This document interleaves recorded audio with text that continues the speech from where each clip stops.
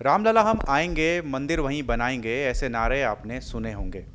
500 साल के इंतजार के बाद अब राम मंदिर बनने जा रहा है। क्या आप जानते हैं कितना मुश्किल भरा रहा ये पूरा सफ़र? इस लड़ाई में सैकड़ों कार सेवकों ने अपनी जान तक कुर्बान कर दी।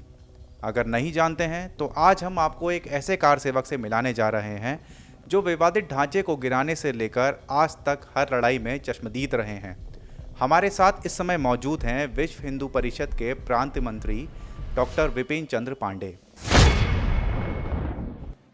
अपनी जानों को हथेली पर रख के मंदिर निर्माण के लिए उस समय 6 दिसंबर 1992 को पहुँचे थे। उस ठंड के दिनों में अभावग्रस्त रहते हुए लोग, जिस समय की कहीं पर भी गिरफ्तारी हो सकती थी या कहीं पर भी किसी को भी किसी प्रकार का खतरा हो सकता था, किंतु लोग फिर भी वहाँ पहुँचे और उस कार सेवा को अंजाम देने के लिए। किंतु क्योंकि आम जनता का आह्वान था तो अत्यधिक संख्या होने के कारण वहाँ पर आंदोलन जो है वो एक अनियंत्रित हो गया, जिस कारण से कि वो गुंबद ढह गई। वैसे तो अच्छा ही हुआ कि वो अपमान का चिन्ह ध्वस्त हो गया, लेकिन ऐसा एक कार्यक्रम में हमारे निहित नहीं था।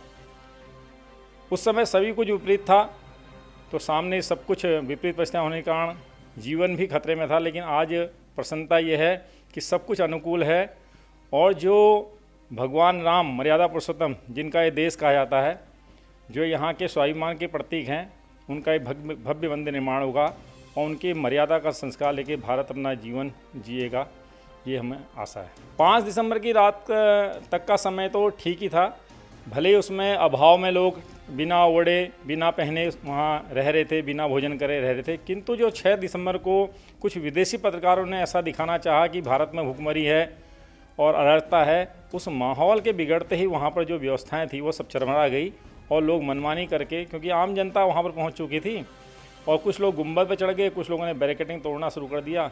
मंच पर विराजमान लोगों ने काफ़ी कोशिश करी रोकने की सब लोगों को कि भाई हमारी कार सेवा का मतलब ये नहीं है कि इसको ढांचे को दहाना है। किंतु उसके बावजूद भी लोगों के अंदर इतना आक्रोश था कि वो कुछ ही घंटों में वो ढांचा ध्वस्त हो गया और ढांचा ध्वस्त होने से अपमान का चिन्ह हटने से हम सब लोगों को प्रसन्नता हुई। लेकिन दुख भी इस बात का हुआ कि एक आंदोलन जो है अनुशासनहीन होकर रह गया। उत्तराखंड से तो काफ़ी संख्या थी, क्योंकि सब लोग अलग अलग जत्थों में गए हुए थे, इकट्ठे तो जा नहीं सकते थे, क्योंकि यहाँ पर तो जाना लगभग रास्ते में सभी जगहों को गिरफ्तार या कर ली जा रही थी। किंतु नैनीताल जिले का नेतृत्व तो मैं कर रहा था उस समय। मैं उस समय अपने राष्ट्रीय स्वयंसेवक संघ का कार्यकर्ता था हल्द्वानी में, तो हम सब लोग भी उस कार्यक्रम में लगे हुए थे। तो मेरे साथ 32 लोगों की टीम थी और उसमें से हम 18 लोग फ्रंट लाइन पे वहाँ पर 6 दिसंबर को थे मौजूद हम लोग, और उसमें कार सेवा में हम लोगों का भी वहाँ योगदान रहा। और सामने ये समझिए कि आप मौत खड़ी है, चाहे वो पुलिस का डर हो या प्रशासन का डर हो, अथवा जो ढांचा गिर रहा था उसके मलबे से दबने का, चोट लगने का डर हो। उसके बाद जब संघर्ष पूर्ण हो गया, ढांचा रह गया, उसके बाद वहाँ से निकलने का, क्योंकि वो साधन था नहीं, किंतु फिर स्पेशल ट्रेनें चलाएगी। जब हम रास्ते में आ रहे थे, वहाँ भी रास्ते में विधर्मियों ने हम लोगों पर हमला किया, वहाँ से भी हम लोग जान बचा के अपने घर तक पहुँचे। नहीं, इतनी ज़्यादा संख्या में लोग थे, जनता की प्रशासन पुलिस कोशिश भी कर रही रोकने की, वो रोक नहीं पाए। किंतु उसके बाद भावनात्मक इतना वहाँ पर माहौल बन गया था कि पुलिसकर्मी भी और जो अपनी फोर्स थी, यहाँ तक कि बड़े बड़े अधिकारी भी अपना जो सम्मान का चिन्ह है टोपी उतार कर उस कार सेवा में सहभागी बने। कार से वो स्पेशल ट्रेनों से वहाँ से निकल पाए अयोध्या से, वो भी किसी तरीके से अपनी जान बचा के, क्योंकि रास्ते में जहाँ जहाँ विधर्मी बहुल क्षेत्र था वहाँ पर लोगों ने आक्रमण करने का प्रयास किया, अपनी जान बचा के पहुँचे। किंतु जिन लोगों को ज़्यादा संघर्ष करना पड़ा, जिनको कि ट्रेनें उपलब्ध नहीं हो पाई, वो लोग किसी तरीके से वहाँ से किसी न किसी साधन से या पैदल अपने नदी के और जंगलों के रास्ते आके अपनी जान बचाते हुए अपने घर तक पहुँचे।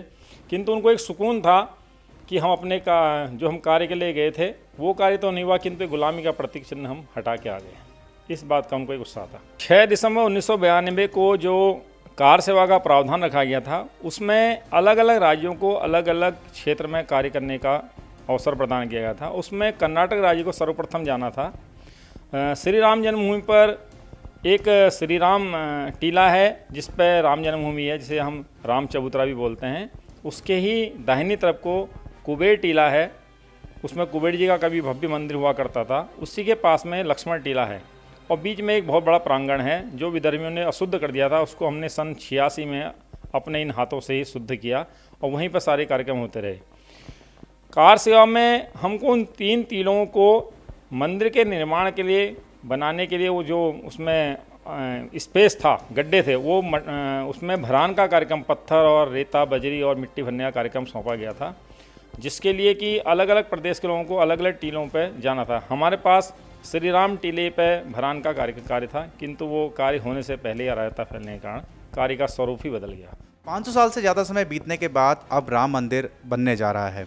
राम मंदिर बनने की आपको कितनी खुशी है, हमें कमेंट करके ज़रूर बताएं।